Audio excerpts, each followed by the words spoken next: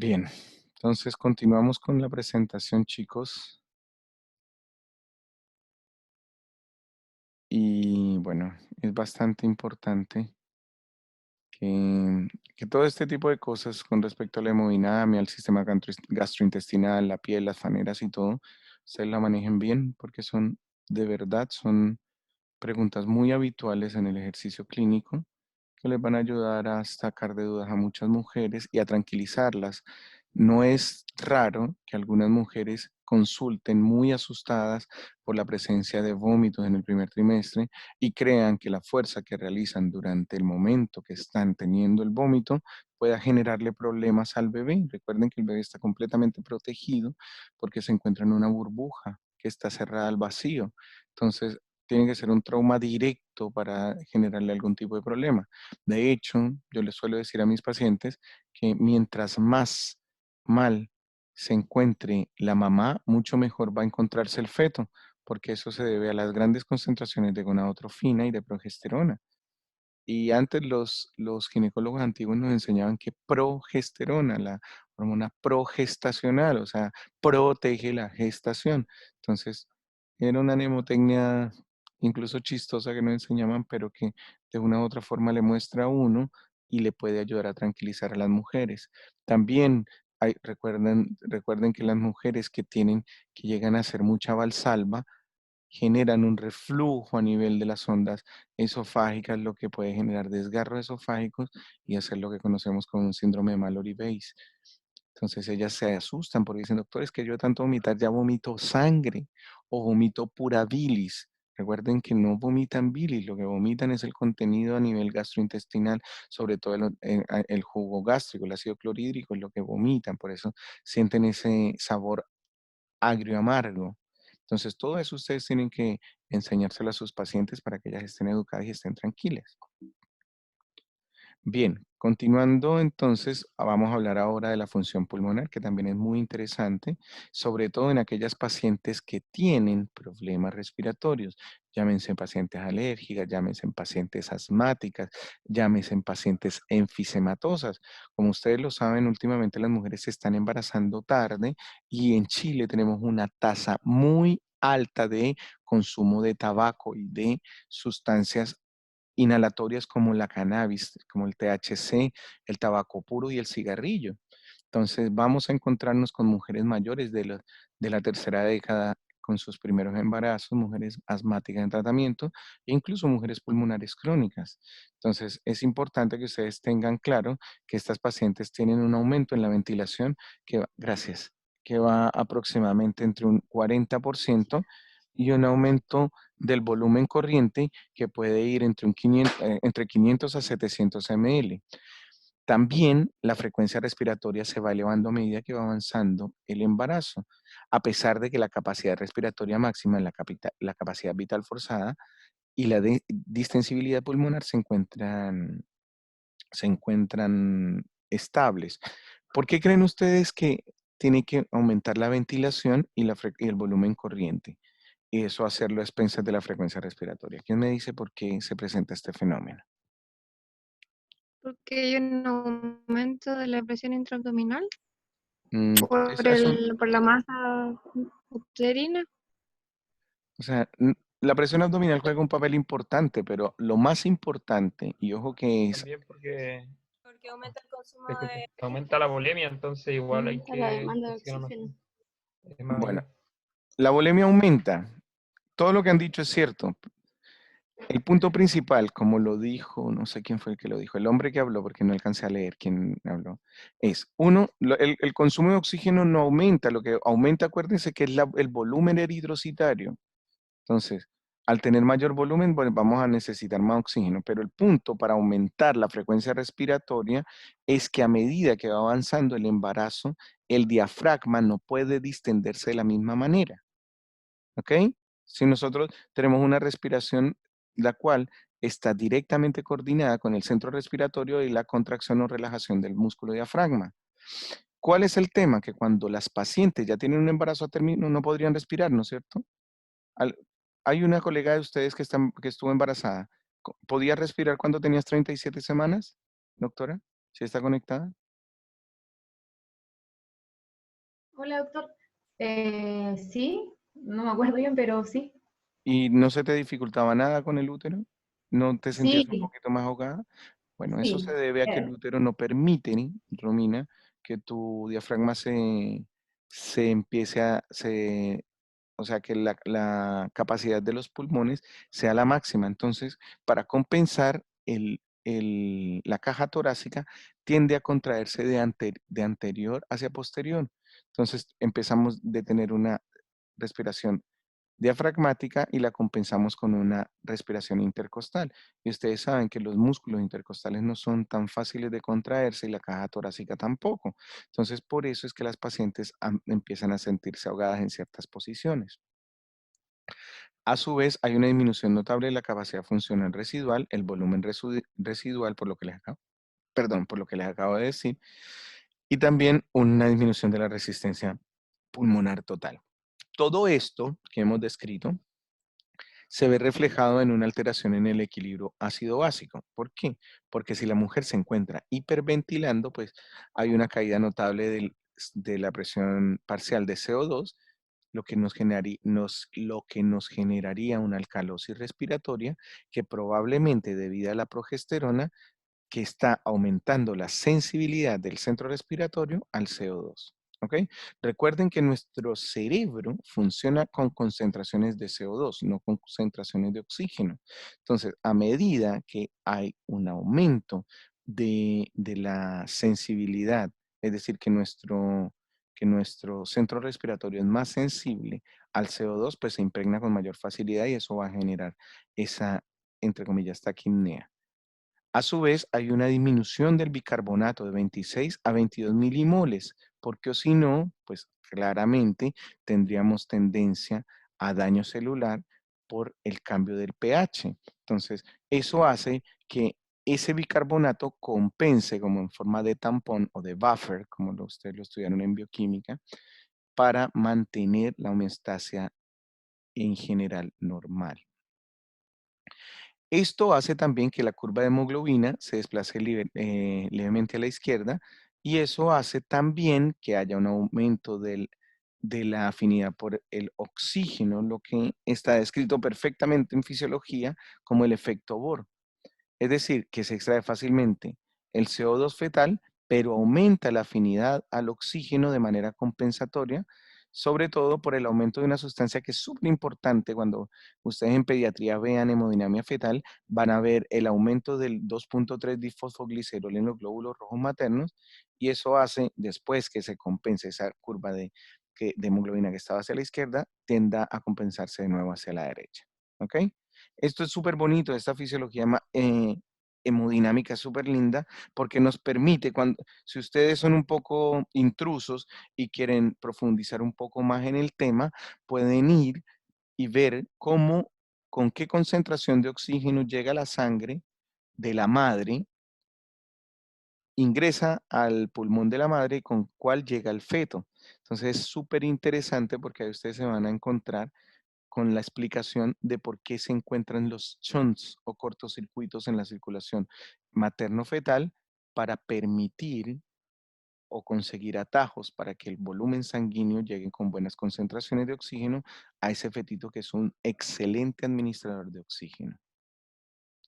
Hay cosas súper importantes, no sé si fueron ustedes o fueron los internos, no lo recuerdo, que me hablaban del síndrome de Sheehan. ¿Fueron ustedes? ¿Alguien sabe qué es el síndrome? ¿Sí?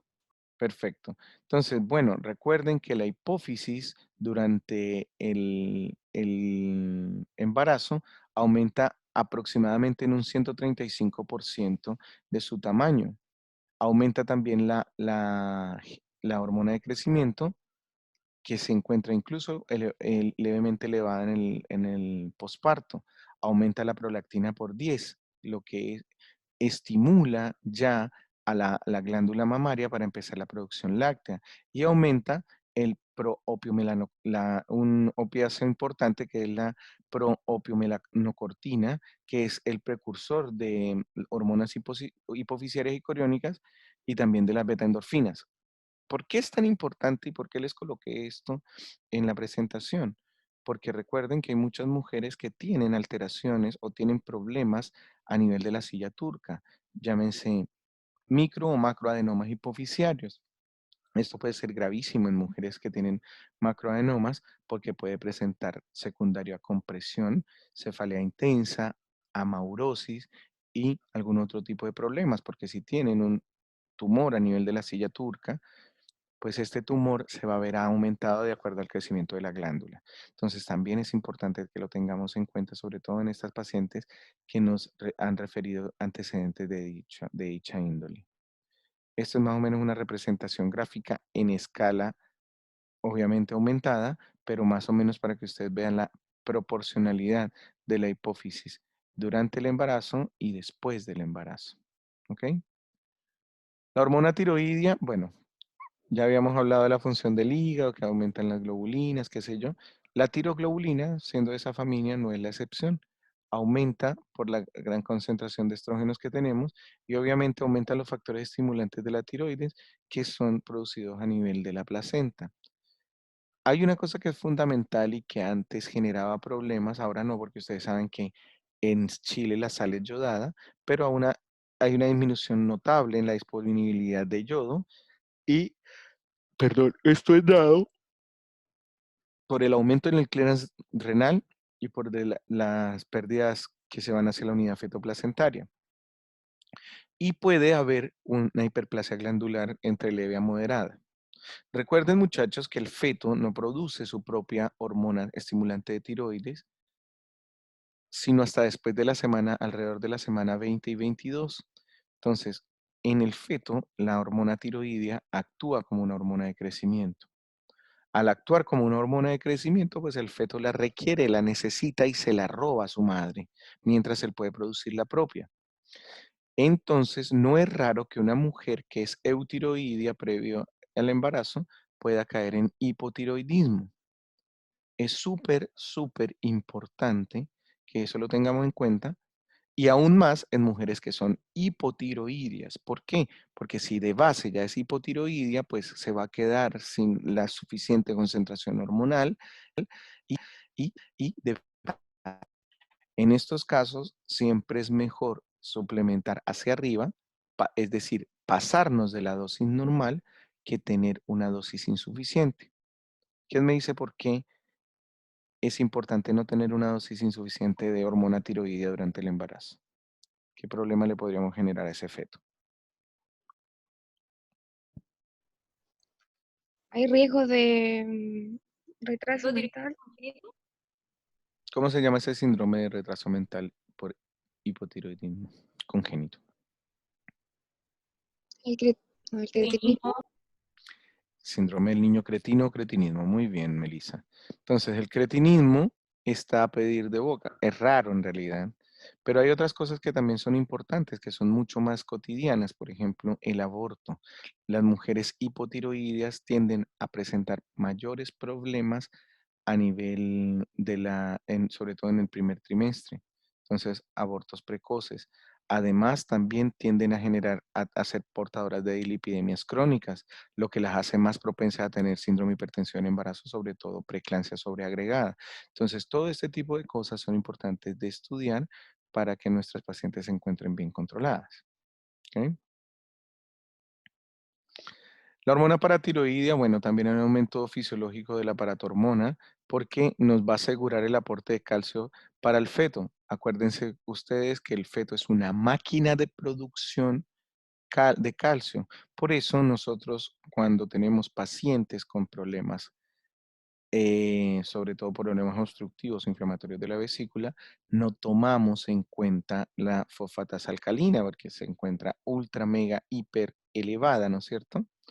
Es importante también saber que hay un aumento en la calcitorina y en respuesta al calcio, al magnesio y a todas las hormonas gástricas, la gastrina, la pentagastrina, el glucagón, la pancreoximina, porque aumenta también por la ingesta. Otro cambio que notamos importante es el aumento del cortisol a nivel suprarrenal con una disminución de la ACTH en las primeras etapas del embarazo, que se van equilibrando sobre todo a finales del segundo trimestre para al final del embarazo estar normales. Y hay un aumento de la aldosterona y de la desoxicorticosterona durante el embarazo. ¿Ok? Esto se debe a que estas concentraciones después van a ser importantes en el estímulo y en el despertar de la función de los neumocitos tipo 2 para la producción del surfactante pulmonar y otras cosas importantes en el desarrollo y en la madurez fetal. Entonces, básicamente este gráfico se lo mostré para que ustedes miren más o menos cuando se empiezan a equilibrar las concentraciones de tiroglobulinas, de la tirotropina, de la T4 libre, de la T3 total. Y si ustedes se dan cuenta, recién después de las 20 semanas, entre las 20 y las 30 se empiezan a ser similares a las de la madre. ¿Ok? Entonces, eso es súper, súper importante para nosotros. Y esa es la explicación científica de lo que les acabo de hablar. Ahora vamos a llegar un poco más a la parte donde las papas queman y ese es el útero.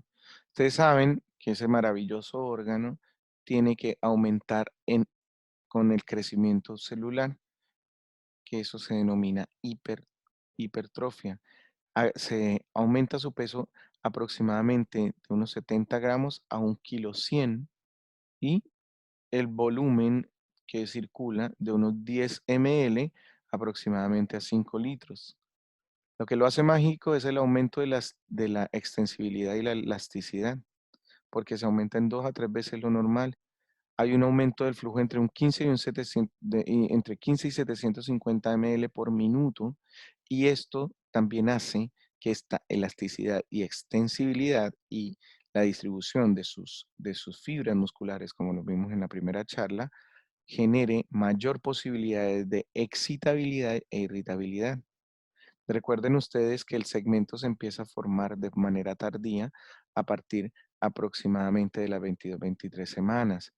Acuérdense también que el orificio cervical interno se encuentra un anillo cerrado y va desapareciendo a medida que estas estructuras como el endometrio y el peritoneo desplegable empiezan a cambiar, a morfar, a distenderse por el tamaño del mismo. Aquí ustedes se acuerdan que yo les hablé del anillo de Bandel, que es el límite superior del segmento. Esto sirve como una medida de contención, porque piensen ustedes que si este útero llegara a contraerse de forma rápida, brusca, y no tuviéramos algo que lo contenga en esta parte, pues el feto saldría disparado como un proyectil, como el hombre bala, ¿no es cierto? Y nosotros no seríamos ginecólogos, sino seríamos porteros de fútbol como el Johnny Herrera. Entonces, gracias a esta unión fibromuscular y a la formación de este anillo de Van que está entre el cuerpo y el segmento, con este peritoneo desplegable y con estas fibras musculares, pues afortunadamente nosotros tenemos un punto de resistencia que permite que, primero que nada, haya modificaciones a nivel del segmento inferior que nos dé la posibilidad de formar la bolsa de las aguas, abrir el orificio cervical interno y posteriormente el orificio cervical externo y madurar este cuello para que nos dé salida posterior al feto. El cuello, como ya lo hemos hablado en diferentes oportunidades, presenta modificaciones importantes gracias a hidrólisis. Hay un ablandamiento, hay una cianosis. Alguien me hablaba, creo que fueron ustedes, del signo de Chadwick. Y la hiperplasia y la hipertrofia de las glándulas. El orificio cervical interno fisiológicamente debe estar siempre cerrado y el externo puede encontrarse abierto, sobre todo en aquellas mujeres que ya han parido, en mujeres multíparas. Puede encontrarse una lámina de moco y de otras glicoproteínas y otras sustancias que van a rellenar ese trayecto entre el orificio cervical interno y el externo o canal intercervical. ¿Ok? Recuerden ustedes que muchas mujeres consultan por presentar sinusorragia o presentar sangrado durante el embarazo, sangrados débiles o leucorreas serosanguinolentas. Y recuerden que también esto es bastante normal, sobre todo en aquellas mujeres que tienen han tenido traumas secundarios al coito o que tienen infecciones cervicales, y esto se presenta porque hay una proliferación de estas glándulas del orificio cervical externo y la misma presión intrauterina hacen que estas glándulas se viertan hacia la parte externa del orificio cervical externo y estas glándulas son súper sensibles al trauma. Entonces eso las hace sangrar de una forma siempre importante. Bien, básicamente esto son las modificaciones de acuerdo a lo que los fenómenos pasivos del parto, ¿se acuerdan que lo habíamos conversado? De esta manera se va modificando. Ustedes ven aquí a nivel distal la vagina, orificio cervical externo, canal intercervical y el orificio cervical interno. Aquí está la membrana amniótica, aquí está la bolsa amniocorial generando presión. Ustedes ven cómo se va cortando esto y esto le va a dar, está ya claramente formada la bolsa de las aguas generando presión en cuña. Los ovarios y trompas básicamente, ustedes saben que el ovario entra en un periodo de hibernación, es decir, la maduración de nuevos folículos queda completamente interrumpida. El cuerpo lúteo básicamente es el que lleva la batuta, sobre todo las primeras 5 a 7 semanas de gestación. El pedículo vascular sí se ve aumentado básicamente de 1 centímetro promedio a 2,5 centímetros, y se puede generar lo que conocemos como el luteoma del embarazo. Esto es importante porque algunas mujeres tienen varices a nivel infundibular, que es lo que antes se conocía como varices internas genitales, que ya son un diagnóstico que no se ocupa, pero se puede ver muy tortuoso ese aporte, sobre todo la vena ovárica y la vena tubaria, y eso hace que cuando uno vaya a realizar técnicas de esterilización quirúrgica, tenga mucho cuidado, muchísimo cuidado en el momento en que va a hacer la sección a nivel de la trompa. Con respecto a la vagina, obviamente que se va a ver mucho más distendida, va a haber una cavidad un poco más amplia, se van a reblandecer las paredes y el tejido conectivo, se va a ver una hipertrofia muscular, se aumentan las papilas y los folículos y, bueno, lo que ya habíamos hablado de la hiperemia genital, que es conocida como el signo de Chadwick, y hay un aumento directo, y ojo con esto, de ácido láctico por la degradación del glicógeno por los lactobacilos o los bacilos de Doderlein. Entonces, es importante que las pacientes embarazadas sepan que su vagina va a tener un cambio en el pH, se va a hacer un poco más ácido, y que a su vez se van a sentir un poco más húmedas, porque es muy frecuente que las mujeres consulten por esto, sobre todo mujeres que no están acostumbradas a tener una humedad continua en la vagina. Entonces hay que explicarles que mientras no haya ningún tipo de síntoma irritativo, ningún tipo de síntoma inflamatorio, ningún tipo de dolencia, pues no se debe tratar, no se deben dar tratamientos profilácticos, ni se deben dar tratamientos empíricos en las mujeres embarazadas, sobre todo por estos cambios fisiológicos. Recuerden también que en la vulva, a nivel vulvar, hay reblandecimiento y eh, cierta cianosis local. Se pueden presentar el aumento o la presencia de nuevo de varices locales y hay una hipertrofia de los labios mayores asociada a una hiperpigmentación local. Se empieza a ver como una pseudoacantosis a nivel vulvar. Muy bien, doctores. ¿Dudas o preguntas al respecto? Doctor, Dígame. ¿estos cambios son paulatinos o es siempre igual durante todo el embarazo, los últimos trimestres? O sea, desde el inicio del embarazo se empiezan a notar, pero se incrementan mucho más, sobre todo a finales del segundo y principios del tercer trimestre. Sobre todo la coloración. Acuérdense que hablamos que están en permanente estímulo las células de coloración de la piel. Ujú. ¿Ok? Ya, gracias. Ok. ¿Alguien más tiene alguna duda o alguna pregunta? Doctor, más o Dígame, por favor. menos hasta qué día, no sé si el puerperio, hasta qué día posterior al parto serían como esperables que permanezcan estos cambios, o apenas se Mira, produce el parto. no cambian automáticamente. Mira, todo esto puede ir incluso hasta la sexta semana del embarazo. Hay varias cosas importantes. Bueno, hay otras cosas que no toqué, pero que también son importantes a nivel de los cambios en el embarazo. Por ejemplo, la presencia de la línea alba, la distribución de la volemia, incluso recuerden que la retención hídrica puede durar hasta entre 2 a 3 semanas del puerperio. Las mujeres se quejan bastante, sobre todo del edema de miembros inferiores o del oscurecimiento del área genital, el cuello, las mamas, las axilas, y esto va a cambiar recién, incluso 6 a 8 semanas después del parto.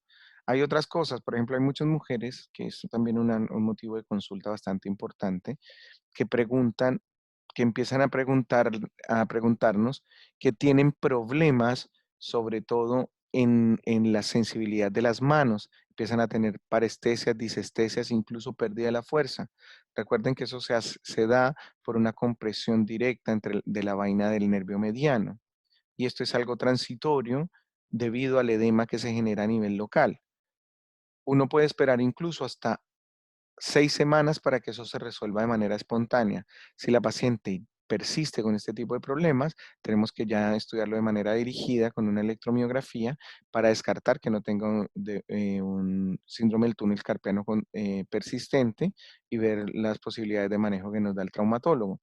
Y así sucesivamente, lo mismo va a pasar con la cadera, lo mismo va a pasar con la columna, lo mismo va a pasar con la agudeza visual. Eso es otra cosa que no la incluí en la presentación, se me fue, pero ya me acabo de acordar, y es que recuerden que durante el embarazo puede haber disminución de la agudeza visual. Entonces, aquellas pacientes que sean portadoras de algún tipo de patología ocular, llámese hipermetropía, miopía, astigmatismo, etcétera, etcétera, etcétera, pueden ver disminuida su agudeza visual y no es adecuado que cambien, si ocupan lentes, que cambien las dioptrías que les fueron indicadas. Tampoco es adecuado que se realicen cirugías para mejorar la agudeza visual durante el embarazo. Todo esto es súper importante. Si la paciente tiene algún tipo de problema severo, llámese una miopía severa, llámese algún tipo de glaucoma o alguna cosa por el estilo, se debe informar al especialista tratante porque esas pacientes muy probablemente no podrían ir a tener un parto normal porque podrían generar un desprendimiento iatrogénico de la retina. ¿Ok? Entonces, todo este tipo de cositas es fundamental que las tengamos en cuenta.